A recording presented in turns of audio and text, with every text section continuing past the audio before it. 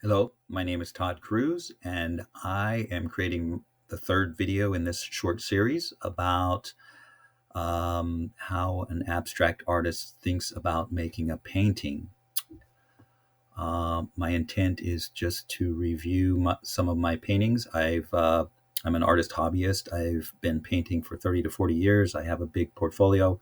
Um, and what I've been reviewing most recently is some of my more denser abstract paintings. I do have a big style, a big range of paintings, but I have in my life, I've tried to come up with sort of a unique style, something interesting and innovative. And so, as I mentioned in a previous video, I'm not necessarily trying to make paintings that look good on on somebody's mantle in their home.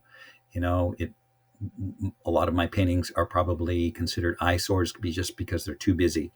Uh, but what I'm what I've been working on is this mix of contrasts, mix of shapes, mix of sizes, mix of colors, and sort of putting a lot of it in there so that it looks interesting up close. But as you step back, you know, you see patterns emerging. You see uh, shapes and shapes that get conflicted by other shapes, or shapes that get overwritten by other designs, other shapes.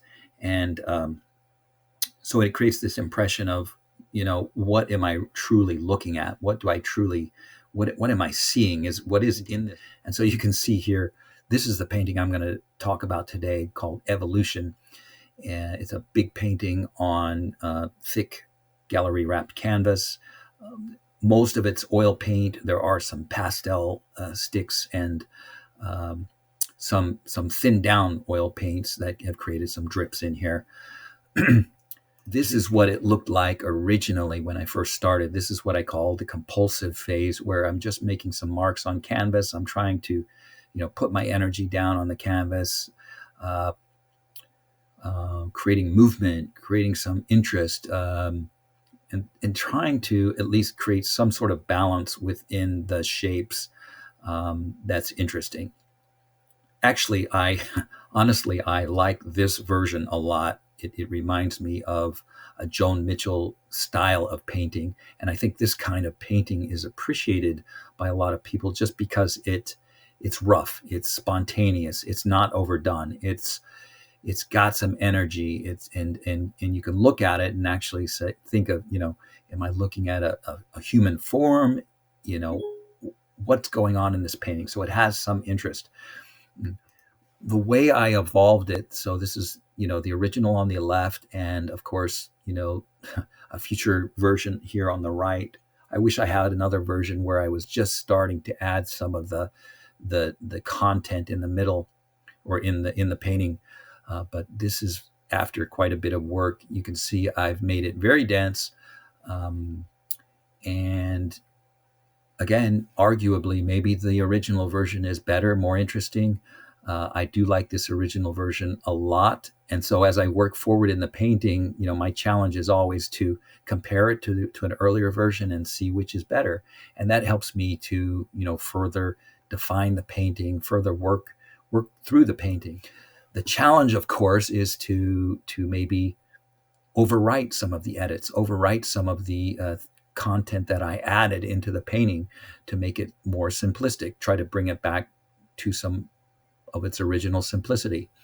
You can see all the different patterns that I've added here in different areas: rectangles in the upper right, a lot of swirls in the bottom half, an area of dense dots on the right side around that swirl. And I've kind of built them around some of the other swirls. When I add dots, I try to make them high contrast, light dots on dark paint and dark dots on light paint, so that they really pop. And then I try to add, different densities of dots, where at least in some area of the painting, I try to put as many dots as I can, really obsessively trying to make it as dot upon dot, even down to using a small tool, a small sharp tool, just trying to put a dot on top of a dot, just to make it interesting. it's just a habit I've developed. I like to see sort of how it evolves, and I have a I have one painting that's actually as many dots as I can put down on the canvas, because I wanted to see what would happen um, if it's just full of dots. And interestingly, that painting, some have told me it vibrates, or it has this super interesting color, and it's something to see. And I'll probably review that in the future. So you can see that I've added different areas of density here. And the final phase that I'm working on now, which is on the right side here, I've tried to make some of the shapes, pop even more by adding, like some of the rectangles you can see have white paint in the center just to make them show up a little bit better. I've tried to make some of the outlines of the swirls in thicker paint.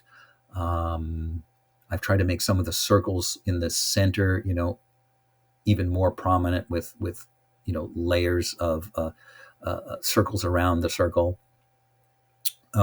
Is it done? I'm not sure. Again, it's evolving, like the title of the painting. Uh, I look at it and I think, maybe maybe it's probably too much. Where can I make it simpler? Where can I make preserve the form of the shapes without ruining it somehow? Where can I? How can I make these patterns overlap even more?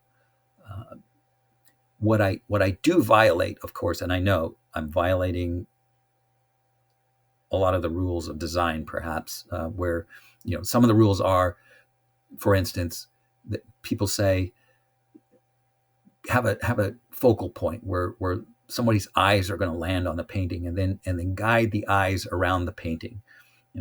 I don't think about that too much. A friend also told me, like, take your painting and look at it in the mirror, turn it upside down and see if it works. Yeah, I don't really do that too much. There's the 1/3, 2/3 rule, where you try to create, don't make it too symmetric, but you know, keep some interest in thirds. Well, maybe that doesn't apply so much to an abstract painting, but I don't think about that either. In fact, I'm just trying to, again, a lot of this is just kind of obsessive compulsive, just filling in spaces with shapes and seeing what it looks like, and seeing if I can create an interesting painting from a distance. And so that's it. I think that'll be the end of this video. My name is Todd Cruz, and that's my website. Thanks for watching.